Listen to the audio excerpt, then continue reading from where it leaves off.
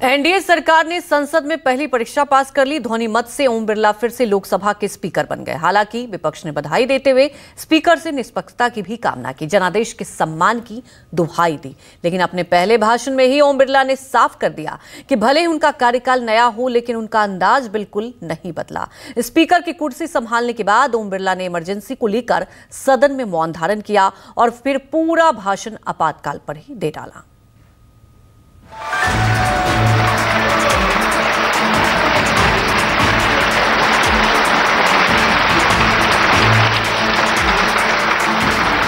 कोई बातचीत नहीं हुई, चुनाव तो होने वाला है, इसीलिए तो नॉमिनेशन डाले हैं। इलेक्शन होगा, परिणाम की प्रतीक्षा करिए। मैं प्रस्ताव करता हूं कि श्री ओम बिरला जो इस सभा के सदस्य हैं, को इस सभा के अध्यक्ष के रूप में चुना जाए। That Shri Kodikkunil Suresh, a member of this house, be chosen as the Speaker of the House, sir. Lok Sabha की कार्यवाही शुरू होते ही सदन का माहौल खुशनुमा हो गया। सत्ता पक्ष ने सहयोग के लिए हाथ बढ़ाया। पीएम मोदी ने राहुल से हाथ मिलाया।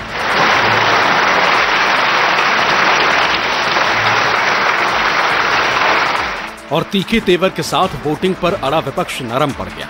ध्वनिमत से एनडीए के उम्मीदवार ओम बिरला दूसरी बार लोकसभा के स्पीकर चुन लिए गए।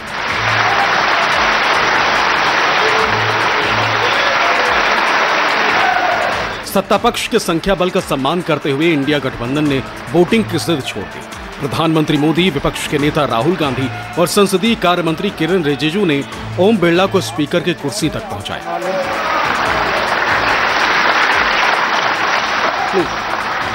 और ओम बिरला 18वीं लोकसभा अध्यक्ष के आसन पर विराजमान हो गए।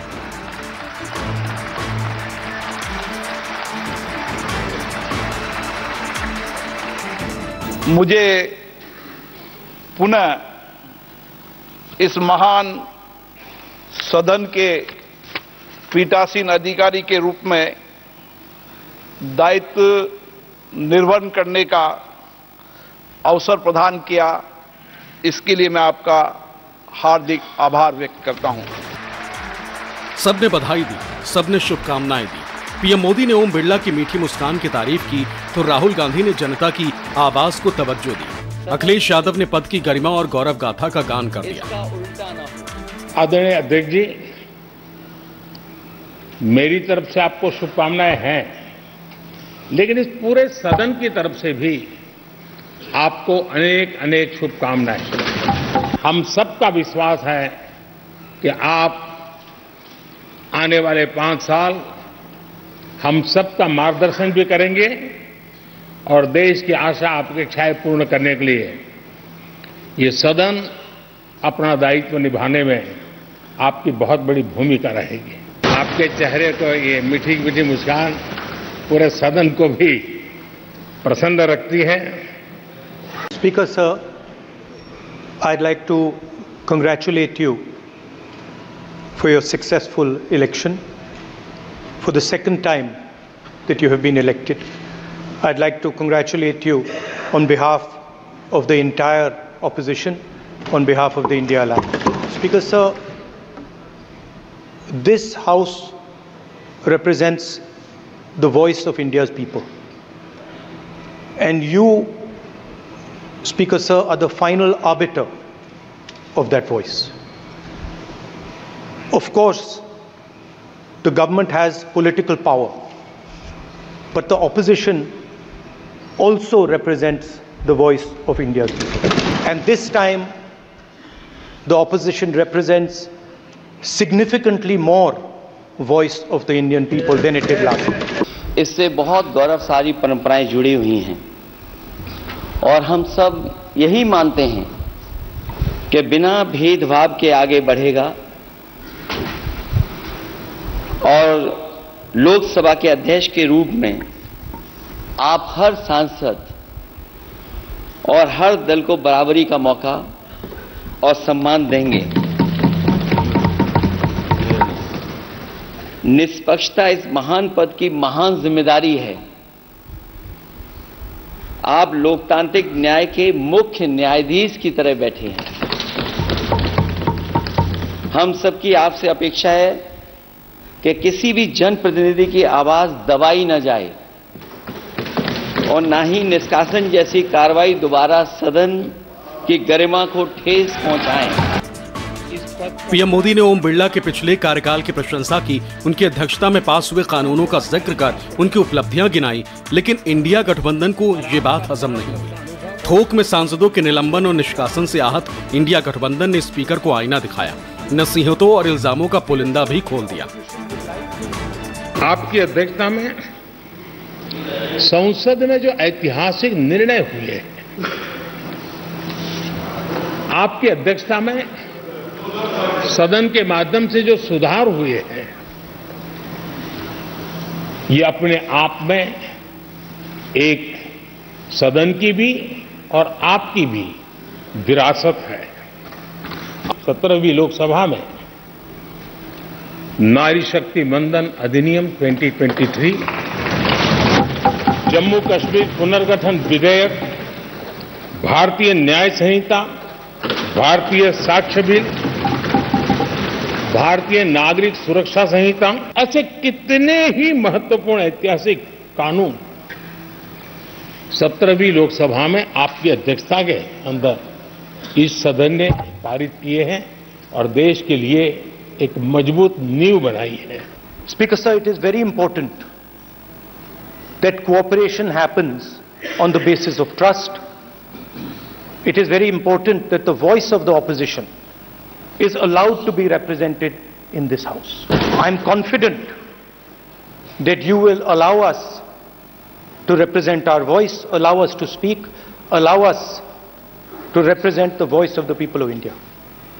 Speaker sir, the question is not how efficiently the House is run. The question is how much of India's voice is being allowed to be heard in this House. So the idea, Speaker sir, so the idea that you can run the House efficiently by silencing the voice of the opposition is a non-democratic idea. आपका अंकुश विपक्ष पे तो रहता ही है, लेकिन आपका अंकुश सत्ता पक्ष पे भी रहे। अध्यक्ष महोदय, आपके इशारे पर सदन चले, इसका उल्टा न हो। हम आपके हर न्याय संगत फैसले के साथ खड़े हैं। मैं सदन में पहली बार आया हूं, ये नए सदन में। मुझे लगा कि हमारे स्पीकर की कुर्सी बहुत ऊंची होगी, क्योंकि मैं जिस सदन को छोड़ के आया हूं, अध्यक्ष जी, उसकी कुर्सी बहुत ऊंची है।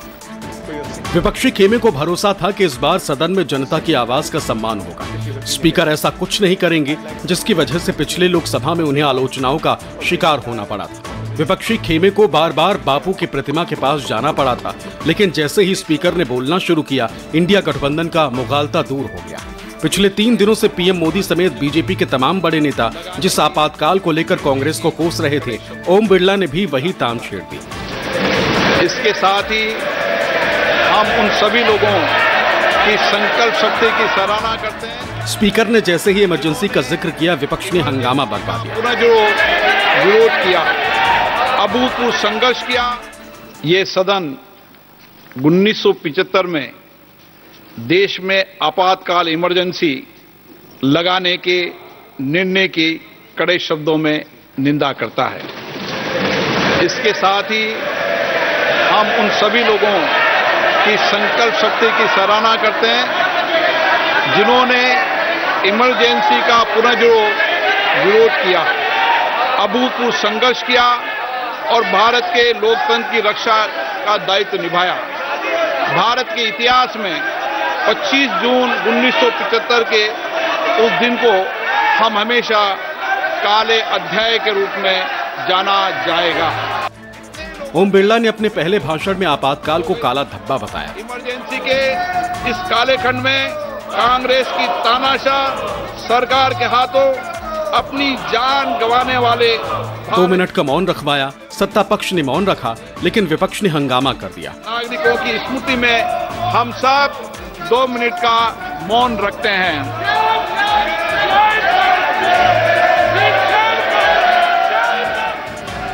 इल्जाम ये कि स्पीकर बीजेपी का एजेंडा चला रहे हैं। इल्जाम ये कि वो आसन की गरिमा गिरा रहे हैं। लेकिन ओम बिरला रुके नहीं, मानो सब कुछ पहले से तय रहा हो।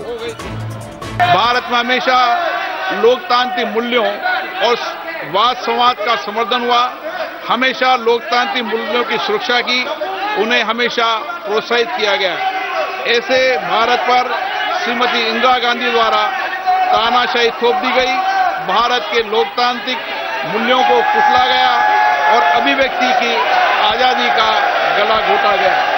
इमरजेंसी के दौरान भारत के नागरिकों के अधिकार नष्ट कर दिए गए, नागरिकों से उनकी आजादी छीन ली गई। ये वह दौर था जब विपक्ष के नेताओं को जेल में बंद कर दिया गया, पूरे देश को जेल खाना बना दिया गया।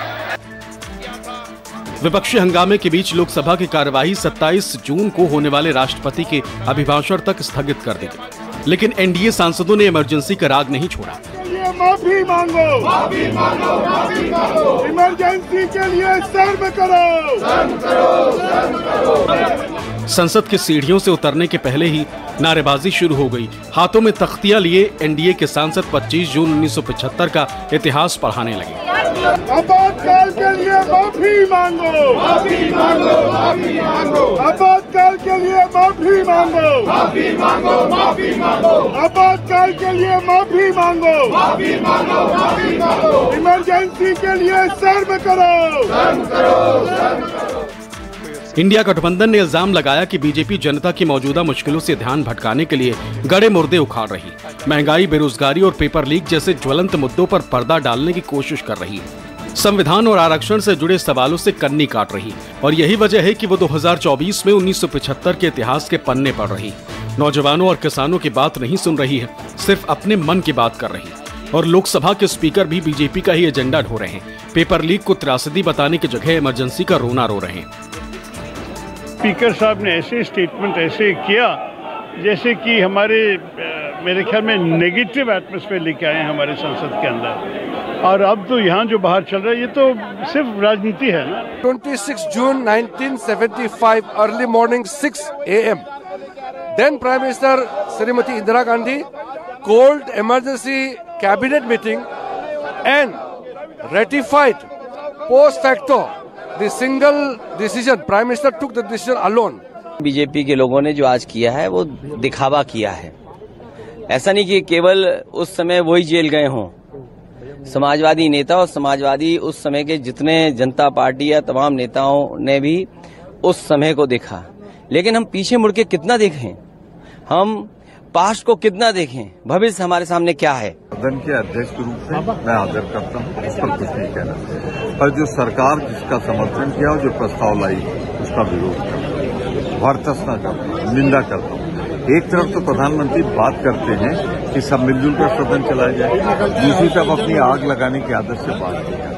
इमरजेंसी को लगे हुए 50 साल होने को आ रहे हैं। ये एक ऐसा काला खंड है जिसको याद कर उससे सीख लेने की जरूरत है। जिन लोगों ने इमरजेंसी को थोपने का काम किया, हम लोग के अधिकारों का हनन करने का काम किया। राहुल गांधी जी वो अंधे हैं कि बहरे हैं कि पढ़े लिखे नहीं हैं? जरा पन्ने पलट कर देख लीजिए। आज आपको इस देश की जनता के सामने आकर के दोनों हाथ जोड़ करके माफी मांगनी चाहिए। जहां वहां आप श्रद्धांजलि जहां दी जा रही है वहां आप शांत भी नहीं होते हैं। जनता की दी हुई ताकत, जनता की दी हुई आवाज अब सदन में दहाड़ेगी राहुल गांधी नेता प्रतिपक्ष के रूप में। अगर जनादेश यह है कि तानाशाह सरकार की नकेल कस कर रखी जाए, उनको मुद्दों से भटकाने से रोका जाए, तो इसका बीड़ा खुद राहुल गांधी ने उठा लिया है। एक बात के लिए आश्वस्त रहिएगा कि आपकी आवाज, जनता की आवाज का अब कोई दमन नहीं कर सकेगा सदन में, क्योंकि राहुल गांधी हर कीमत चुकाने के लिए तैयार है। एलओपी आपकी आवाज है, आपका औजार है। जो भी आपके दिल में भावना है, आपकी समस्याएं हैं, एलओपी के माध्यम से मैं लोकसभा में आपके लिए उठाऊंगा। हिंदुस्तान के गरीब लोग, दलित, आदिवासी, पिछड़े, अल्पसंख्यक, किसान, मजदूर, मैं आपका हूँ। संविधान से आपकी रक्षा होती है। जहां भी सरकार ने कॉन्स्टिट्यूशन पर आक्रमण किया, कॉन्स्टिट्यूशन को सप्रेस करने की कोशिश की, वहां पूरे दम से संविधान की हम पूरी तरीके से रक्षा करेंगे।